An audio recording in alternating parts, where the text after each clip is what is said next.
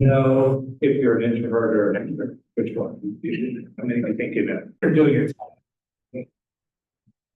And then I consider not doing a test. Not doing a test before I know over the taking the test.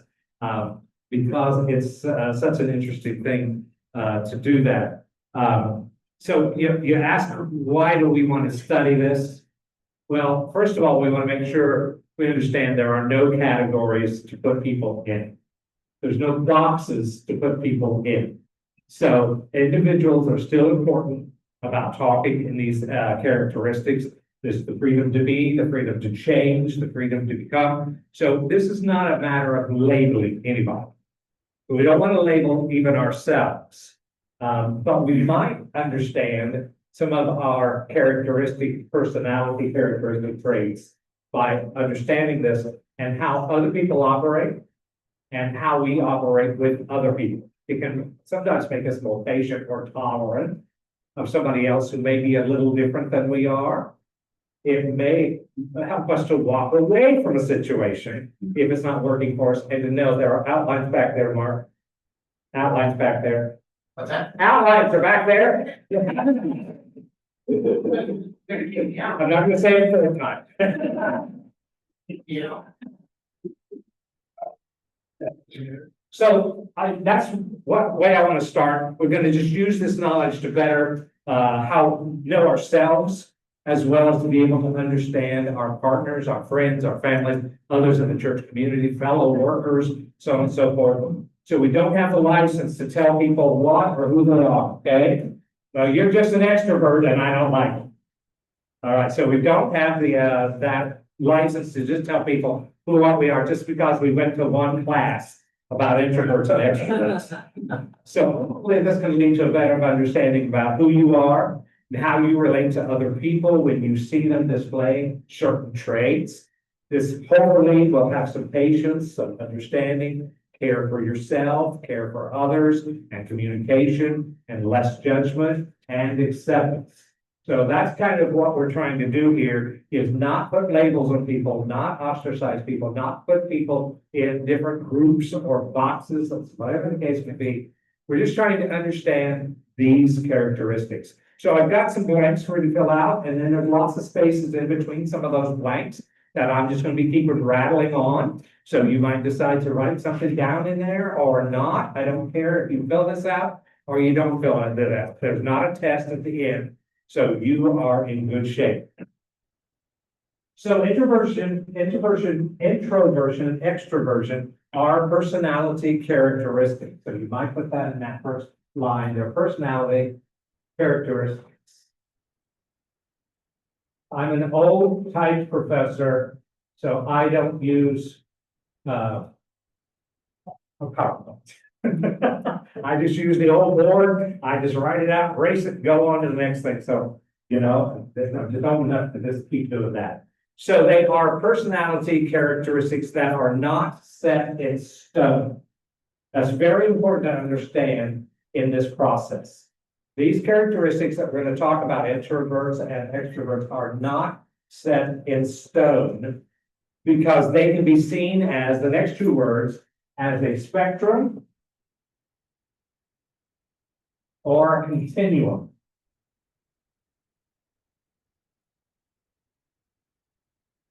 These characteristics can be seen as a spectrum or as a continuum.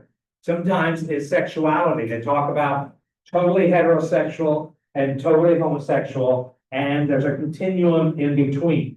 You might come somewhere in between that. You might be a 3, you might be a 6, you might be a 5. So there's a continuum between this absolute and this absolute. So Carl Jung was the first person who proposed the idea of two distinctive human personality types based on how people, this is interesting because this defines it, he named them according to how they gain energy and interact with the world. He named these two extremes, introvert and extrovert, based on how people gain energy and interact with the world. So that's very important because we're going to see energy is a huge component of how introverts work and how extroverts work. And if we begin to understand that, we're going to begin to see the answer to the whole question of who is an introvert and who is an extrovert. Oh, very good.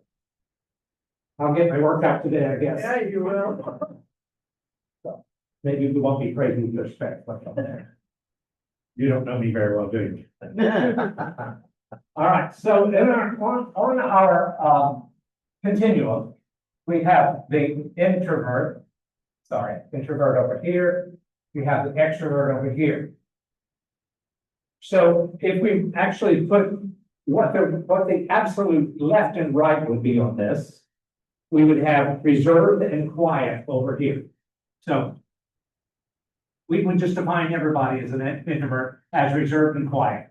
Now that's the absolute farthest to this side that you can get, okay? So it's not a good label, but if you were absolutely nothing else but an introvert, we could label you like that. Over here, we're going to put energetic and outgoing.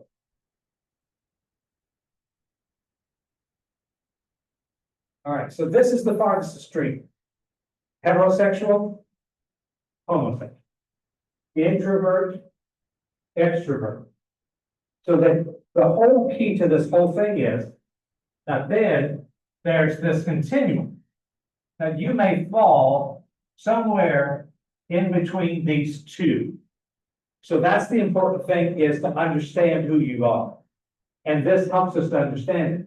So to just say, well, I'm an introvert may be very limiting. You actually may be somewhere in here, and you may move at times from here to here. All right, so we've got a spectrum, we've got a continuum, we've got a flexible rubber band here. So sometimes it contracts and sometimes it expands. So that's why just saying to somebody, well, you're an introvert, but that's why you act the way you do.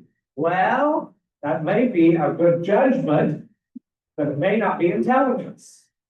So just saying I'm this, but I'm not that, may be very limiting to the whole thing. So you see how what you see on your sheet is the continuum, the introvert and extrovert. So we might ask the question, we might inquire, is this person an introvert or an extrovert? And the answer might be this: what situations energize or drain this person?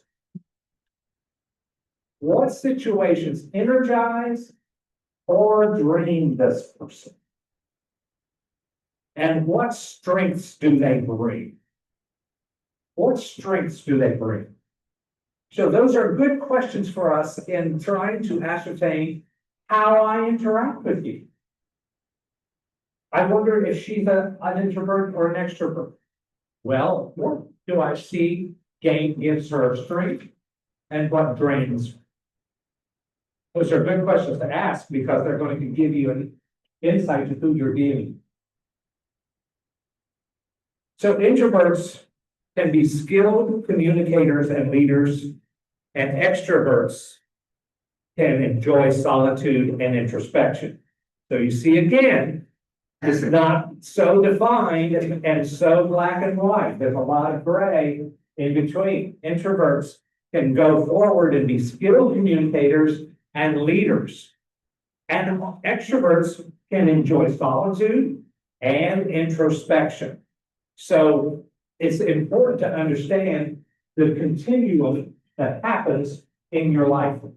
It's interesting that as we get older, we can also move closer to one end or the other. We can say, all my life I've been an extrovert, and now I'm seeing that all the time I'm spending with all these people I used to love so much and enjoy time with is draining me. So I need more time to recoup over here than I ever did before. Oh, but that's the saying, oh yes, yes, yes, you're so right. So just to get in a box is going to really limit us and limit the way that we interact with other people. Extroverts are invigorated by social interaction. They want to go to all of the parties. On the other hand, introverts find social interaction often draining and replenish their energy through companionship, not through companionship, but through solitude. Okay, so extroverts are the life of the party. The introverts want to be invited and probably not show. That's true. We don't want to be uninvited, and we don't necessarily want to go. We want to be included, but not expected to show up. Okay, so understanding introverts and extroverts is very, very important in how the energy flows.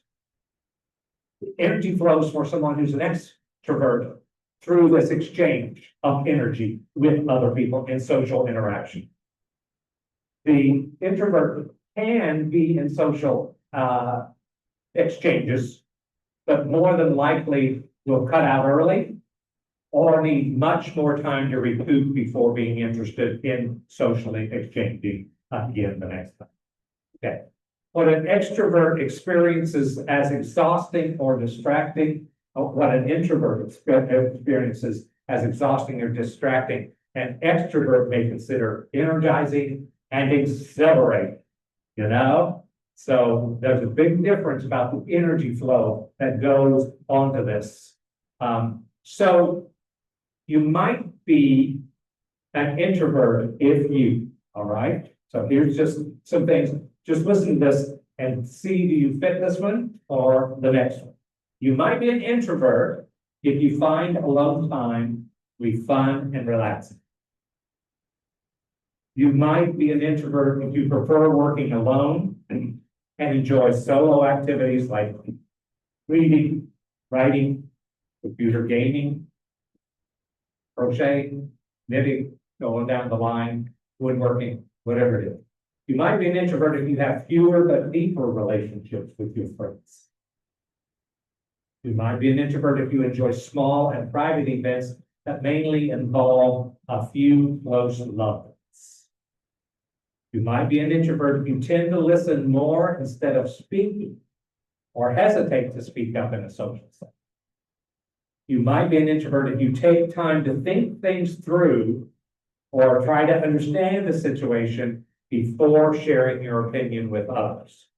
All right, so there's a starting place for all of us. You might be an introvert if you appear to be quiet or reserved. All right.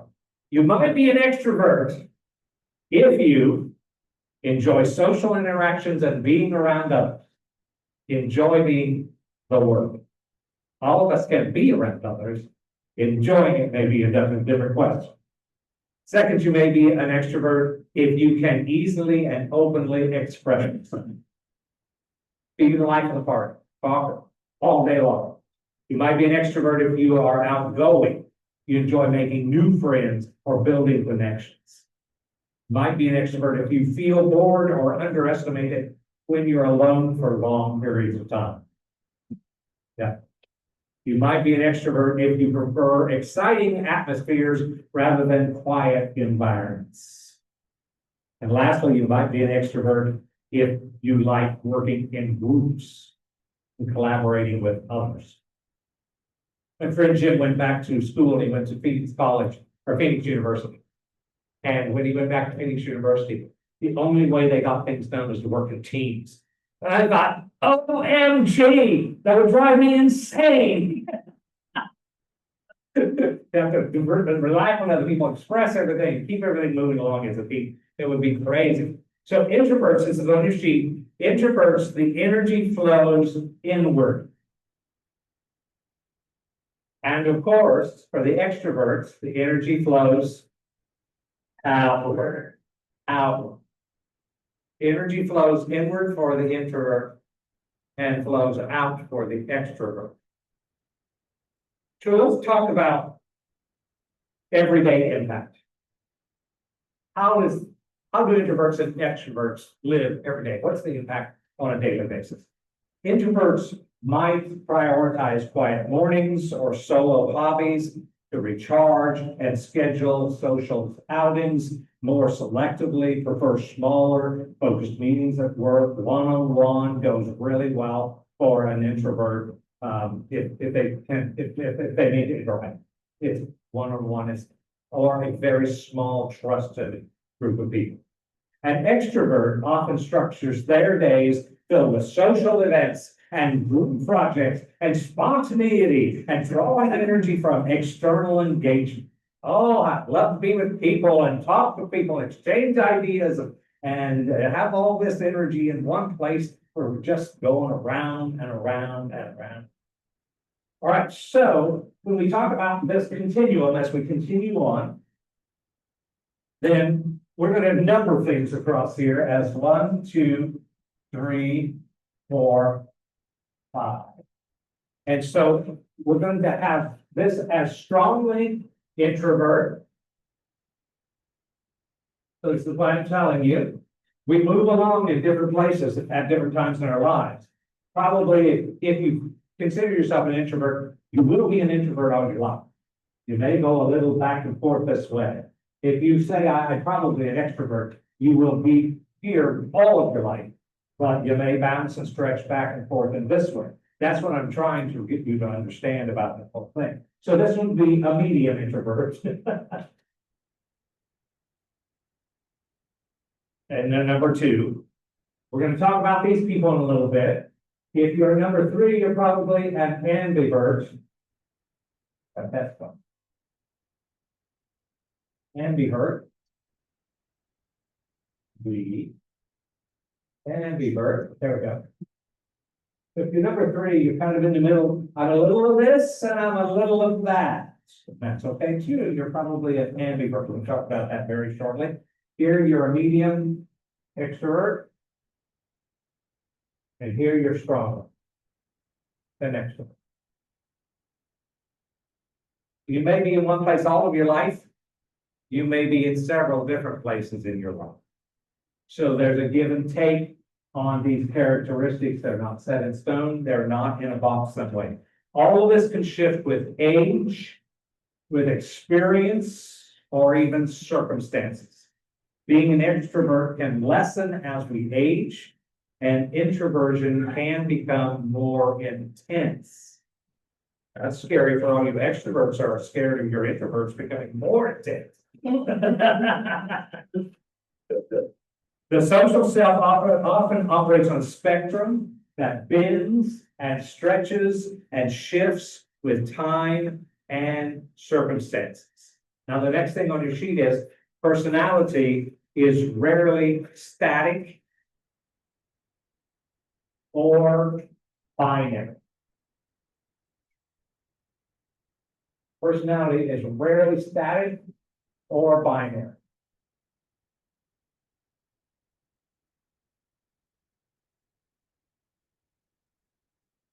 Well, that's important to understand the whole process too.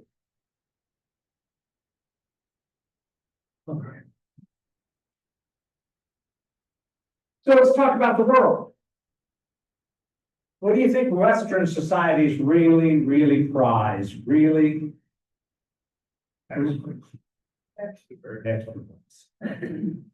Assertiveness, gregariousness, aligning with individual values and public performance.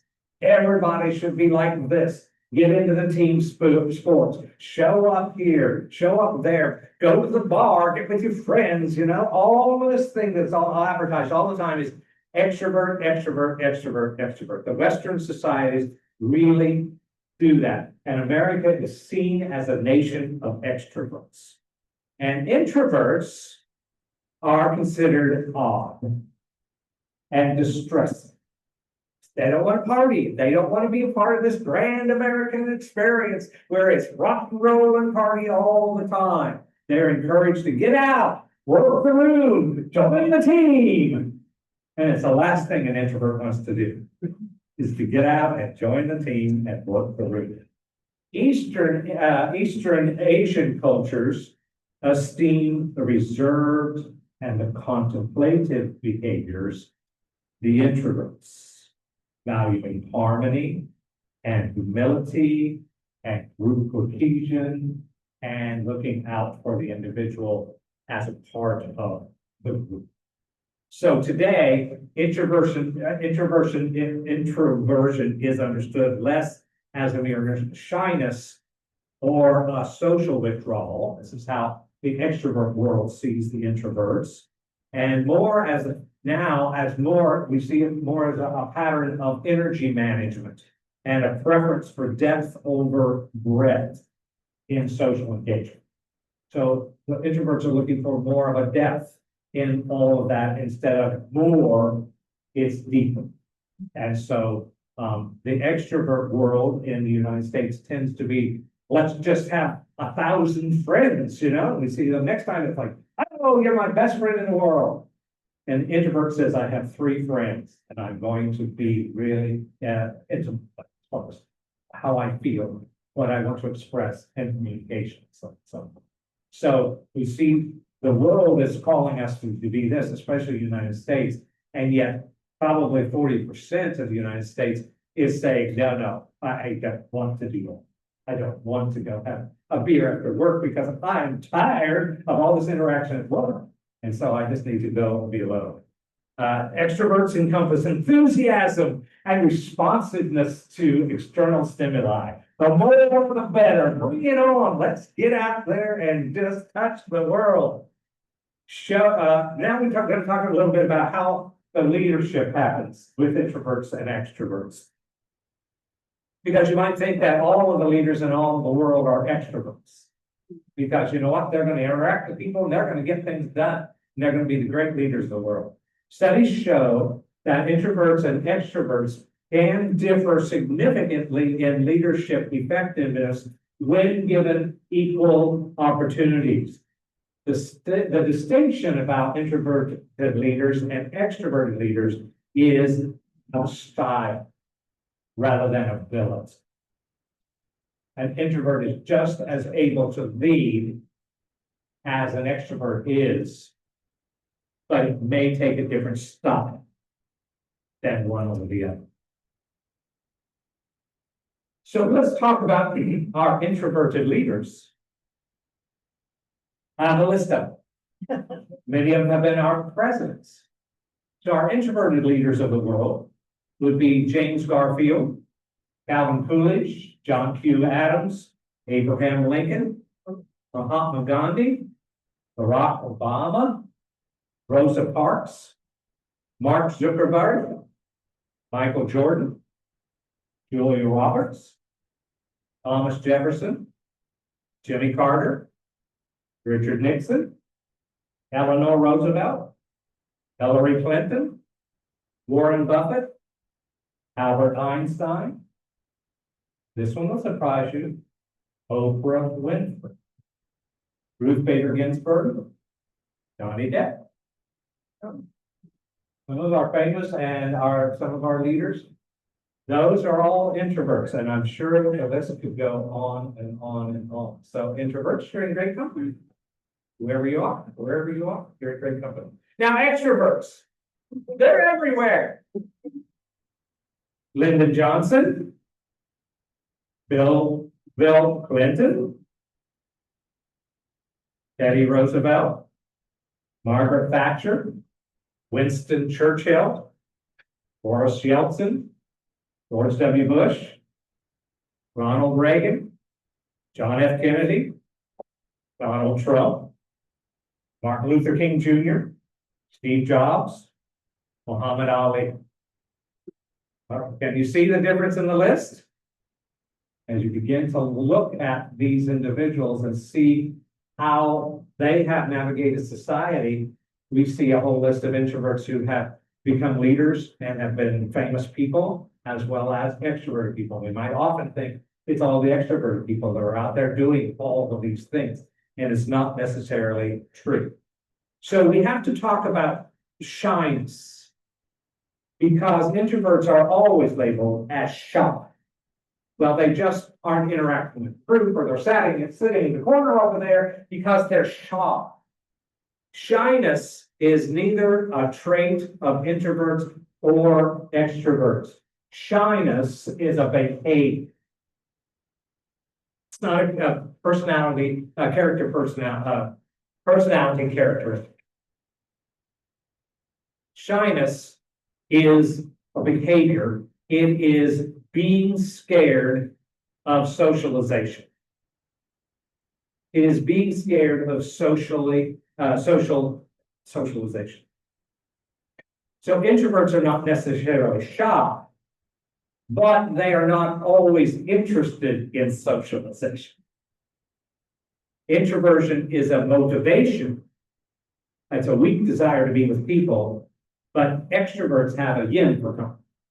I want company, I need company, I need to interact, I need to do all these things. So shy people are inhibited, are tense, are uncomfortable in social situations. So introverts and extroverts can both be shy. This very important point, because extroverts would not say they're shy. And not all extroverts are, not all introverts are, but shy is a behavior. So shy extroverts show up at every party and they cower in the corner, tongue-tied at networking events. And sometimes the shy extrovert relies on alcohol to become the party game. All of you are shaking your heads. They want to go to the party, they want to be a part of things, but they're shy, so it's a behavior. So they go into the corner, they sit in the corner, and they wait for something. So sometimes alcohol helps to facilitate that. And sometimes they leave the party without ever interacting because they're very shy. They're fearful of socialization, even though they desire this give and take with other people, and they've shown up to do it. So shyness can be overcome. You can't necessarily overcome where you are on this continuum. You may move a little further in or out from where you are, but you're not going to necessarily stop being whatever it is that you are. So introverts can do everything that extroverts can do and do it well. That's important to understand. Extroverts want contact. They want to be heard. They want as many connections as they can have. And the single most important skill for introverts is managing their energy. Because a world of extroverts wants you to tag along wherever they're going.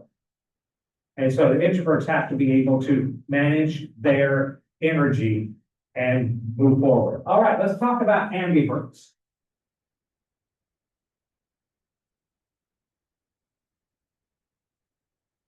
So I think you saw when we put this on the continuum down here, that this type and omnivert. So see, you might not just be an introvert or an extrovert, you might be an ambivert or an omnivert. So now you've learned two new things today, haven't you? So these two types kind of blur the set traits of introverts and extroverts by embodying traits from each end of the social energy spectrum, but in some subtly and sometimes dramatically different ways. So an ambivert has an internal compass points are nearly equal for the introvert and the extrovert. They're as comfortable in one situation as they are. They navigate both worlds and they have a naturally balanced social toolkit. They're pretty flexible. They're pretty flexible. So an ambivert might say this: I am both introvert and extrovert. I like people, but I need to be alone. I'll go out, I'll vibe, and I'll meet new people, but it has an expiration because I have to recharge. If I don't find the valuable time alone, I need to recharge. I cannot be my highest self. Being an ambivert is a confusing cycle. On the one hand, I like being alone. And on the other hand, I get stir crazy if I don't leave the house after a while. So there's the blessing and the curse of the ambivert. The omnivert, on the other hand, has more profound swings between the extremes of solitude and social immersion. They feel as though they live in two different worlds. They find themselves suddenly overwhelmed by the energy of crowds after a time period, or feeling sorry and deeply restless and irritable in solitude following an extended social engagement. So they say, oh, I want this, I want this, I want this over here. And then a half hour later, they're saying, oh, no, I need to party again. They get to the party and they go about an hour later, oh, man, this is wearing me out. And it just swings. It just is not the best of both worlds. It's a little bipolar on the characteristics of the traits. Ambiverts are often the most versatile in the social landscape. They have a natural ease in adapting to the social tone, and their balanced energy allows them to engage without overextending, withdraw without losing connection entirely. They appreciate a balanced amount of time alone and with others. So we all want to be ambiverts, but we're not. Some are, most are not. Usually we're at one end of the spectrum moving toward the center and be somewhere there in the flat and in the flexible space there. So there's one other term here, and I guess you could just make that term all the rest of your life. Selectroverts. Selectroverts. These are charming and outgoing only with a selective number of people. Charming and outgoing. You know, the life of the party, like an extrovert, but for these 3 people, with these 5, this very small select group of people. So, and that's a personality trait that's not snobbishness and exclusion.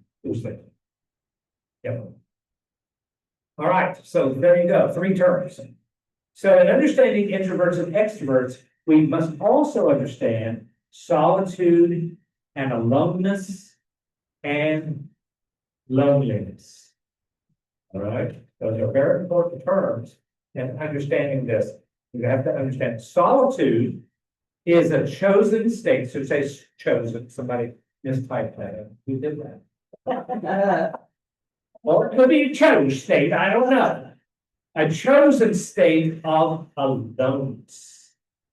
Solitude is a chosen state of aloneness, an intentional retreat from external stimuli that nourishes rather than depletes.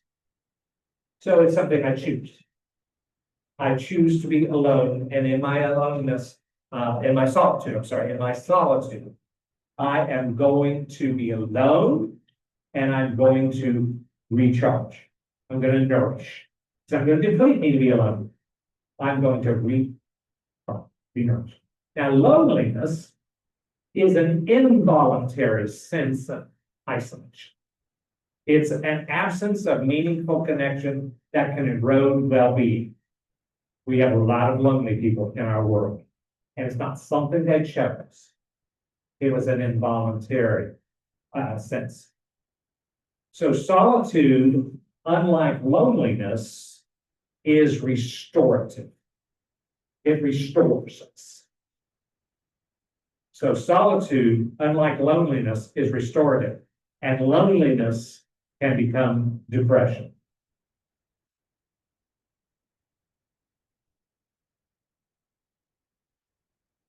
So again, we'll go back over some things about introverts and extroverts that are good and not so good things and challenging things. So introverts are inward turning.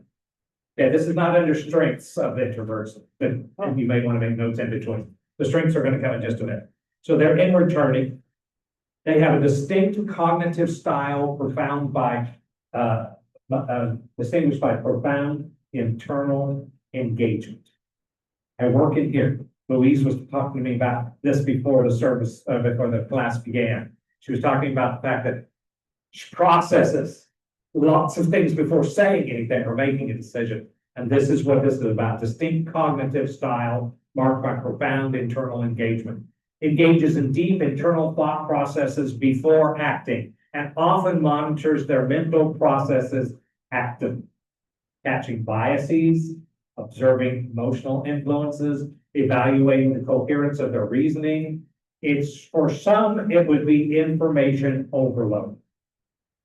Too much going on in here. It's crowded, it's a fast-moving environment, and those sorts of environments will tend to drain introverts because they cannot process fast enough. Emails and texts and journaling become a sanctuary where introverts' richest expressions emerged unhindered by conversational pressures. So if you know an introvert in your life, don't call them. You won't answer. If I answer, they won't be happy. They would rather you text them, email them, give them time to process, think through what their answer is going to be. Don't get them on the phone and put them on the spot. So that's important. It's not simply a social disposition, but a distinct cognitive rhythm characterized by depth and reflection and self-awareness. So that goes there. So the strengths of the introverts: deep thinking advantage. Deep thinking advantage. Number 2, attentive listening. Louise? That's why. Yeah, so why there's what? That's why. Exactly. In their response, they'll be a little slow. In deep thinking. Number 2, they have really good attentive listening. Number 3, independence and self-reliance. I can take care of myself. I don't need the crowd. I don't need them to tell me what to do. I don't need to get everybody's opinion about this. I have probably got it all processed in here over the last 30 minutes. 30 days. And 4 is creative incubation. We're going to birth more things out of that long thinking process. Creative incubation. Okay? But the challenges are these. Risk aversion. Getting an introvert to make a decision is very difficult. Go through it 100 million times. Process it forever. Since my sister won't see this, I'll tell her. She's looking at new houses. And she's an introvert. Cannot make up her mind. Around and process and talk to me and ask questions and have the kids come and go back to the realtor and call me and think about it again and stay up all night. Okay, risk aversion. We're going to just avert risk because we're an introvert and we're processing way too much.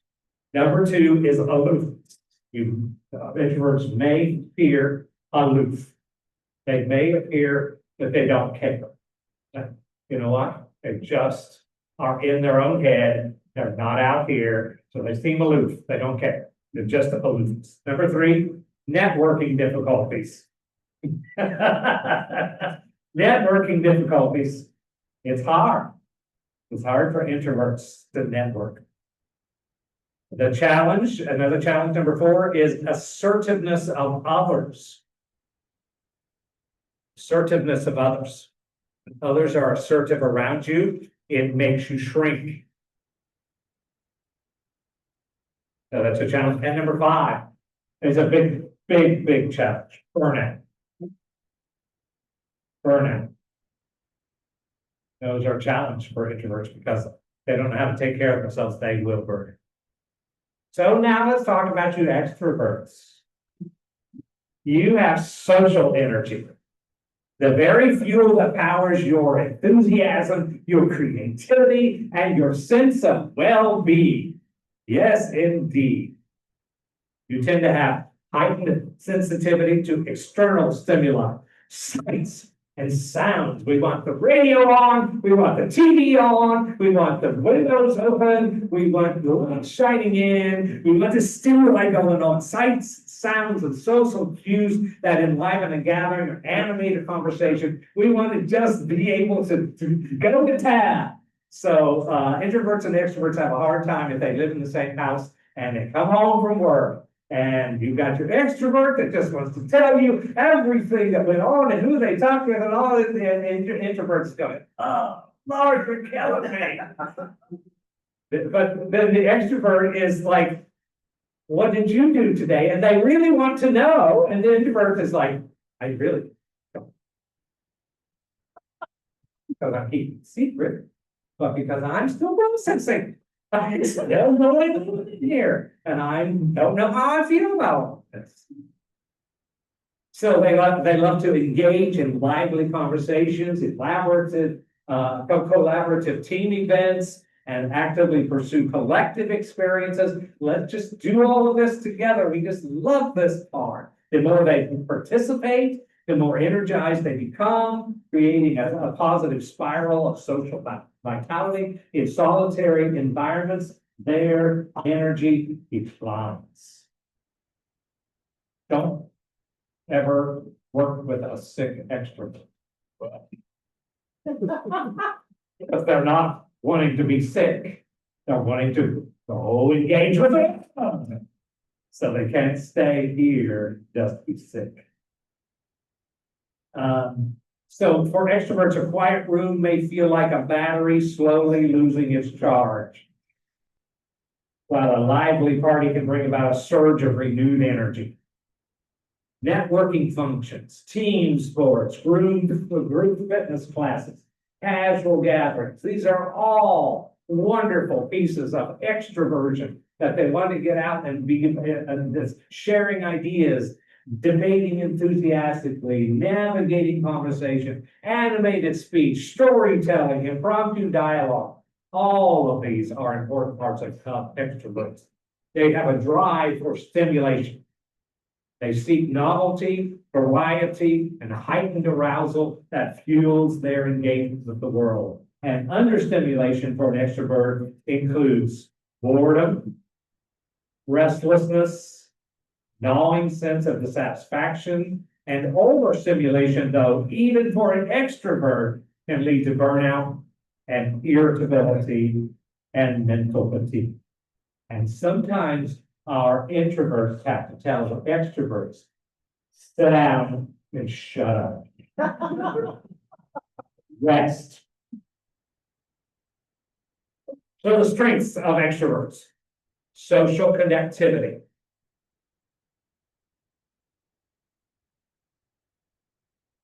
Number 2, assertive leadership. Not just leadership, assertive leadership. Number 3, adaptability and enthusiasm.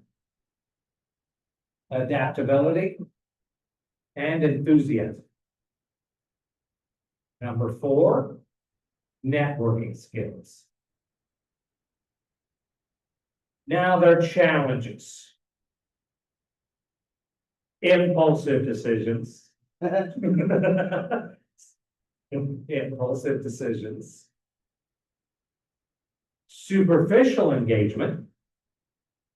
Just to engage. Superficial engagement. Number 3, overcommitment. Overcommitment. Number 4, dependence on external input.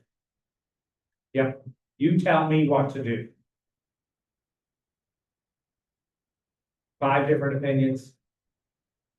They love it. 5, self-awareness gaps. So busy interacting with everybody else, they're not aware what their own needs are. Self-awareness gaps. Number 6, engaging superficially at the expense of depth. Because that's where they get their fix. Just engaging.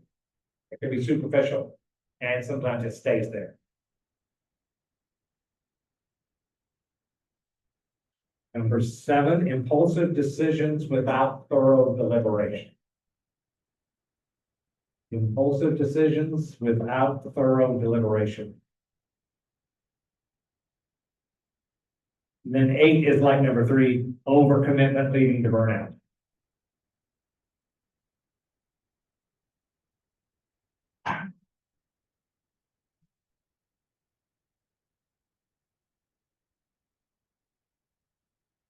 By openly sharing thoughts and feelings, extroverts can process experiences more effectively, gaining fresh perspectives and practical advice. But the downside of this is the risk of external validation. Finding out I'm okay, you're telling me I'm okay, instead of be okay. All right, so you said somebody else. So how extroverts and how introverts and extroverts are similar. It is the influence of energy is number one. So this is not one that you fill out that you might use in your white space. How introverts and extroverts are similar. The influence of energy. Both traits influence how or where a person channels their energy, whether they are focused on the outer world or the inner world. So the focus is about where the energy is. Is it focused here on the inner world? Is it focused on the outer world? Another way they're similar is the need for social connection. Both need social connection. Even though extroverts are more socially outgoing, both need support, deep connections, and a sense of belonging. And number three is genetic and environmental factors. Genetic and environmental factors. Both of these factors can determine which personality type you closely align with.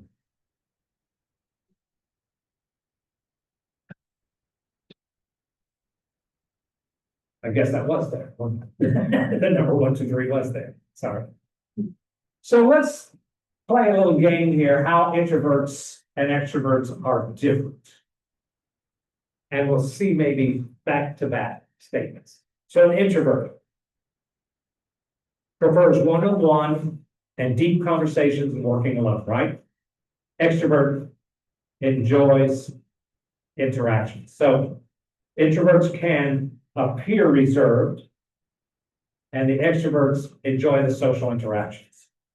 The introverts prefer one-on-one deep conversations, working alone. The extroverts prefer group conversations and activity, working with teams or on teams. Introvert feels relaxed and energized after spending some time alone, and the extrovert feels happier and energized after spending time with loved ones or friends. Introverts want to take breaks after socializing, and extroverts don't need much time to relax after socializing. Pretty much ready to go to the next thing. Go to the next thing. So introverts are described as quiet or reserved, and extroverts are described as talkative and cheerful. So the challenge of both traits working together, here's your one, two, are pace, how fast do things happen or not happen. So the challenges of both traits working together, whether you're working with extroverts and introverts at work, a partner, a family member, a friend, whoever it is. Number one is pace. How fast or slow does it go for each person? Number two is volume. Extroverts like lots of noise, lots of energy, lots of excitement going on. Introverts are a little more quieter, get energy a different way. And decision speed. Decision speed. How fast do you make a decision or not make a decision? These are going to have to be taken into account when we work with the opposite of what we are. Pace and volume and decision making. It could happen that we might be a little more patient with others. If I'm an introvert and you're an extrovert, or if I'm an extrovert and you're an introvert, I might understand you're going to process things a little different than I am. And you're going to have to be given less time or more time and go that far. At the heart of the introvert and extrovert conflict lie contrasting rhythms and preferences that govern our daily interaction. So it really is one rhythm is this and one rhythm is that. And what happens is when those two rhythms clash, because this person is expecting you to be on their rhythm and vice versa. And if we can understand that they are different rhythms, we can begin to work together and to respect that. Not understanding each other can cause the following to happen. External triggers can arise. I'm angry. I want to lash out. So it can go either way. An introvert could feel that way, an extrovert could feel that way. I have these needs. Come on and go with me and fulfill these needs. Come and do this. So these triggers arise. Another problem can be overstimulation on both parties or just one party, mostly the introvert. Under engagement. Introverts are not out there doing it enough. Not able to interact enough. Our listening styles might be misunderstood. The introvert might say, I understand you're angry, or that you're frustrated, or that you need an answer right now, but I need to process this. You risk angering the extrovert further, but if they're smart enough, they're going to say, I'll wait for you to process. Nonverbal signals can be missed. Nonverbal signals can be missed. Now, I haven't yet, but I will come out to you as an introvert today. And that surprises a lot of people because I'm able to interact with people, especially on Sunday, to be able to perform well up here and appear to be an extrovert. Somebody just an extrovert. Well, then I'll out Andy and tell you he is the ultimate extrovert. So in early years, it was a little bit of a challenge of figuring out what all this is about. So sometimes I have to say to Andy, why don't you go do that? I'm okay with that. I don't need to go just because I'm your partner. Why don't you go do that? Go to the bar with the boys. Go bowling with the Tuesday night. You go do that. That's great. You go do that. On the other hand, he finds things that will be able to recharge me and that I can do. So, one instance that really helped well was that if I get in a large crowd of people, I can just shut down. I love to sew, you all know that. I love to go to the sewing shows that they have here at town. I have one in January and one's coming up next week. So the one that we went to that caused the problem was in January over on the State Fairgrounds. And he went with me, which is very sweet. He went with me and we got our ticket and we walked in and it was just cheek to cheek. I mean, it was absolutely wall to wall people. And we started kind of walking through, trying to find our way. And I finally said to him, I cannot stay. And we paid our money. We've driven over there. We were committed to be there. And in 10 minutes or less, we had walked back out. So that was a moment. And I believe he would have done that even if it were someplace he wanted to. So sometimes when you go on cruises, you know, you go on, there's a lot of people on the cruise ship. And there's a lot of people when you go on excursions, when you get off the ship and so on and so forth. And so he kind of helps me to navigate. And I can express whatever it is. I don't want to eat in this restaurant. It's just too loud. It's just too busy. It's just too whatever it is. And we move right on for the next restaurant. So I try to get him activities on the ship or other places that he can do that's group oriented and, you know, doing whatever. And then he tries to help me when I can express. So I think communication is really the highest level of being able to work together that we could possibly have. So that really is important in the whole process. And the introvert is always, I think, afraid to say to the extrovert, I don't want to be here. I can't do this. I need time for myself. So we have to work together. We have to make it happen. I think now we've worked together for over 10 years, almost 12 years. I think introvert, extrovert is one of the most wonderful combinations you can have. But y'all have to communicate, y'all have to work together. How do two introverts work? Actually, very well most of the time. Because they can all be different in a different corner and do okay. You don't have to be talking all the time, we don't have to go down to the party, we want to get dressed. And if one says, well, I know we committed to go to the party, and one says, well, I don't think I want to go, the other says, okay, you got to go. All right, fine. So that works. Extroverts can work, but they can burn themselves out to the up. All the time, looking for the next thing, going there, committing to this, committing to that, going to the next thing. So all of them can work, all combinations. But it all takes communication, knowing yourself, being able to recharge when you need to recharge. If recharging is going to the party, go to the party. Recharging is sitting at home and reading a book, sewing, crocheting, looking at the stars, whatever it is, that's okay too. And if we get that in our brains, this is okay. Just because maybe the majority of people wouldn't do it this way, doesn't mean I have to do that. So that's very important. So let's look at the building strong relationships. What I just talked about, understanding differences. Understanding differences. You are different than me, and that's okay. Understanding differences. Number two, expressing needs clearly. Expressing needs clearly. I need to go out. Bye, honey. Have a good time. Call me if you need anything. See ya. Or today I can go with you. Today I can go with you. Number three, listening with empathy. Listening with empathy. Empathy. I care. I'm listening. Number four, negotiating social plans.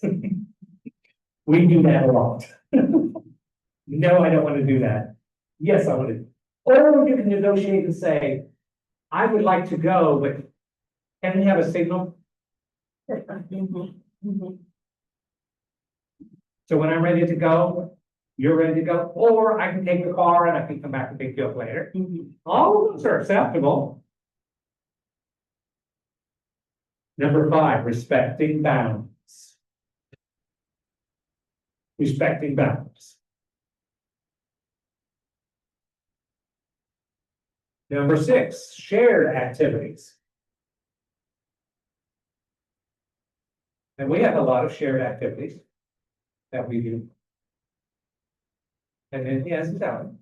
And then I have them. Good. Number seven, maintaining connection. Maintaining connection.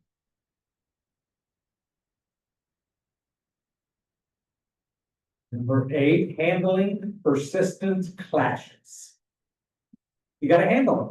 You got to talk about it. You got to make a plan for the future. Handling the clashes. Handling persistent clashes. Growth through feedback. I felt this way when we did that. I feel this way about that activity. I feel I need to do this. Growth through feedback. That did not work for me, although we went and did it. I don't want to do that next time. Number 10, transition to teamwork. How am I there for you? How are you there for me? Transition to teamwork. We can do this. We can be an introvert extrovert couple. We can be two extroverted together. We can be two introverted together. But we got to negotiate this. We got to become a team. We got to make this work. Sometimes two introverts together have to spur one another to go and do something. Sometimes that's a hope. Get out of the house, at least for a moment. So let the introvert negotiate what that means. Okay. All right. Questions, comments? Wow. So intro. What? So intro. So I'll get with you on that. Marge.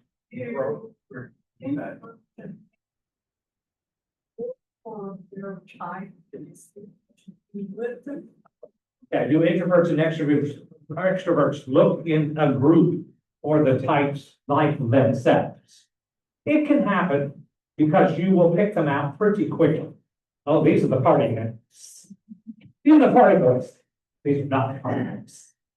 So it can happen and you're not necessarily drawn to them. And you may pick a partner that you don't figure that out until 2 or 3 dates in. And you go, well, I'm an extrovert and I really don't want to be with an introvert. Or you could fall with an introvert and say, I'm going to work to make this happen if you're an extrovert. So, but extroverts will get together in the fact that they'll call each other when the party's happen. Other comments, questions? Well, I think that, the insights give you the groundwork for setting some really healthy boundaries. Yes. And that's what the central part of it. She said, the information that we shared today can really help in setting boundaries. And she feels like that really helps her to be able to say, oh, well, you're an extrovert, and you're pulling me this way. That doesn't work. Right. Mark? Are introverts, slower paced? And They think slower and process slower, but not necessarily a slower pace. Being an introvert, I've had people who cannot keep up with me sometimes. Now because I've processed everything, or now I'm gonna be 73 next week. What? All right, 55.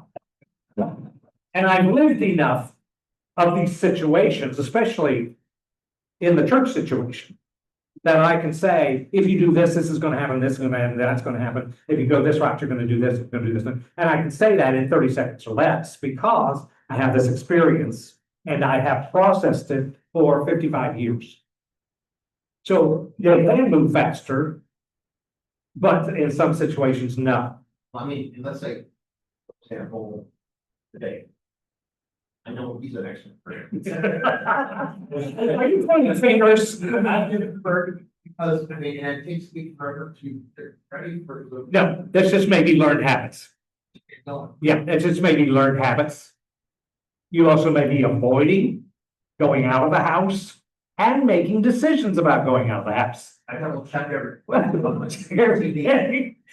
You know, the car, the clothing, the hair, you know, so you may be processing much slower just because you're internally doing all of this. And Kevin Brooks on t-shirt said, good enough for me, let's go. You know, you like me or love me or not like me. Yeah, so but some of that is learned processes. There are extroverts who also just take their time, Andy, in the bathroom in the morning, forever and ever. And honey, are you ready? Are you ready? Are you ready? Time to leave, time to leave, time to leave. So it's not an extrovert, introvert thing.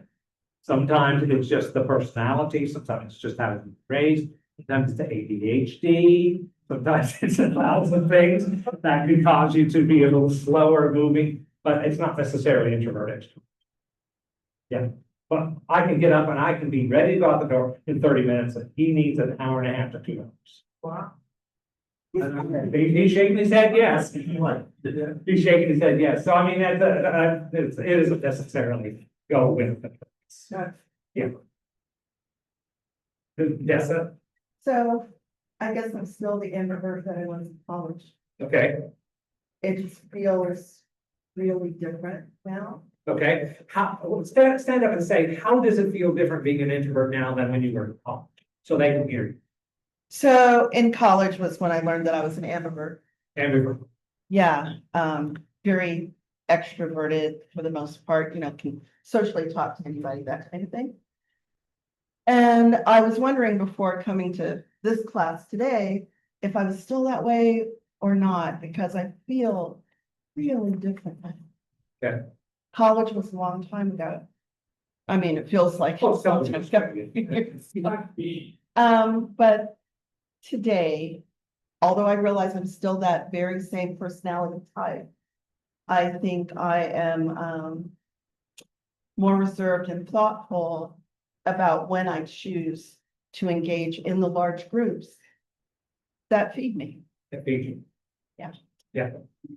Maybe that's age and wisdom. I don't know. Maybe it's circumstances. It's probably It could be circumstances more than circumstances. anything. Yeah. You know, the world has certainly changed in the last 20 years. Exactly. Yeah. Yeah, thank you. Anybody else? It sounded to me when we were initially starting this, that a lot of the work of trying to get together and make things go is on the extrovert shoulder. The extrovert has to work with the introvert. Yeah. The extrovert has to bow down to what the introvert wants. Mhm. Is that a matter of personality traits? Am I interpreting that correctly? I think almost like the black voice. I think the introvert has been suppressed for so long and unheard that you may hear it too loud.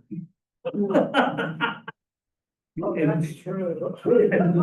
That's some of it, but the introvert has to also be convinced by the extrovert that their opinion is important and that they will be heard. So sometimes that does take a little bit of shouting over the noise and the party to get the extrovert to focus in and say, no, America may say we're all extroverts, but really aren't. So there is a little bit of that. There's a little bit of the white people trying a little harder when we hear the black voices. There's a little more of that. So I would liken it somewhat to that. It's not exactly the same, but I would liken it to that in some sense that probably the extroverts are going to have to be a little more watchy-outy and sensitive. And we can also, but extroverts can put the responsibility back on the introvert by saying, I don't know what you need unless you tell Communication, that's what you said. me. Ooh, I can't. I'm a preacher, not a mind reader. That's what I say. Well, and you might not get them to tell you. Yeah. Yeah. He won't. Well, I guess Gary's the introvert.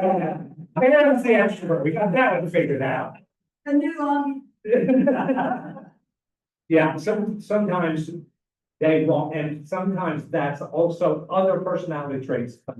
Yeah. It may be that they were never heard before in their life, it may be their parenting, their parents' style of raising them. You shut up, don't talk, don't express your emotions, don't express your feelings. So that those don't, again, necessarily go with introvert, extrovert. It goes with environment, genetics, along with other things. So not necessarily because of an introvert, but that's also his lack of communication skill. Yes, yes. You see that in all the areas. Yeah, exactly. So, and if he says he doesn't care, that's probably true. That or the fact, I don't know. I don't know. Yeah, then that's a cop out too, for all of us. It's a cop. Because you can just say anything everywhere all the time, so he should be able to too.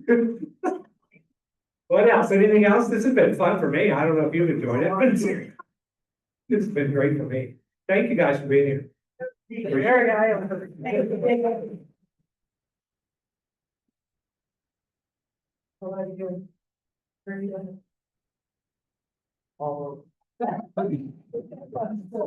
That's like the civil rights. Yes.